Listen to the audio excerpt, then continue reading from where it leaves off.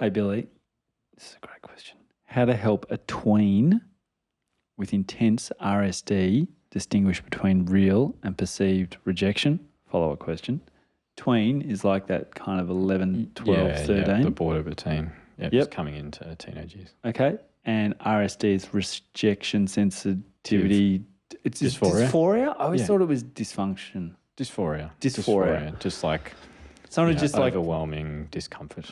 From rejection or perceived rejection, right? Yeah.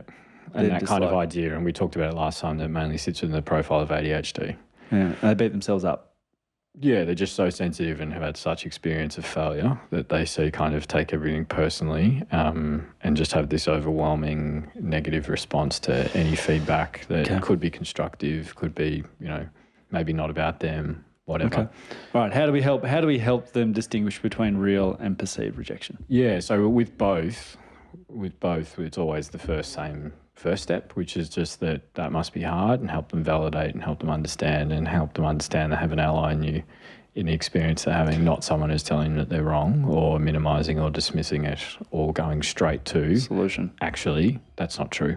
They didn't mean like that. It wasn't your fault, whatever. So we know, we've talked about this before, kids will often get stuck in dysfunctional thinking of, this is all my fault, it'll always be this way and it'll impact every part of my life. That's classic dysfunctional thinking across the board of mental illness in teenagers and adults and kids. Yeah. Yeah, totally. It's just catastrophise. So they're catastrophizing in their head? Yeah. So if you're catastrophizing, you've come home from a bad meeting at work and you go, this is it, I'm not going to get the promotion, I'm worried I'm going to get fired. And I just go, mate, you're wrong. Like, it wasn't that big a deal. Like, I bet that's not true. Like, that's ridiculous. Of course, you're not going to lose your job and all this stuff. It's probably not going to help you, is it? Especially if you're completely emotionally overwhelmed.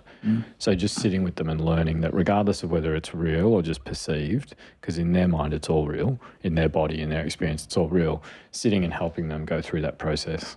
And then, not always then, there's a second step, which is about, once you're calm and you're fine and you're through that, what else might have been contributing to it?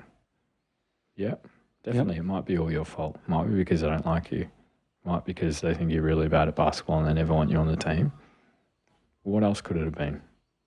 But it's got to be in calm, it's got to be in partnership, it's got to be safe, all of that stuff. And you do it in the safest relationships, in the safe environment, when they're calm first.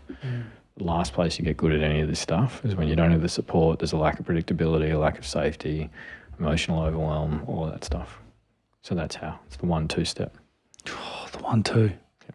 And with the 1-2. Yeah. Always the 1, sometimes the 2. Always the 1. Yep, validate the feelings. This podcast is brought to you by Guiding Growing Minds, a social enterprise that aims to give all children the best opportunity to reach their potential and succeed in living rich and meaningful lives.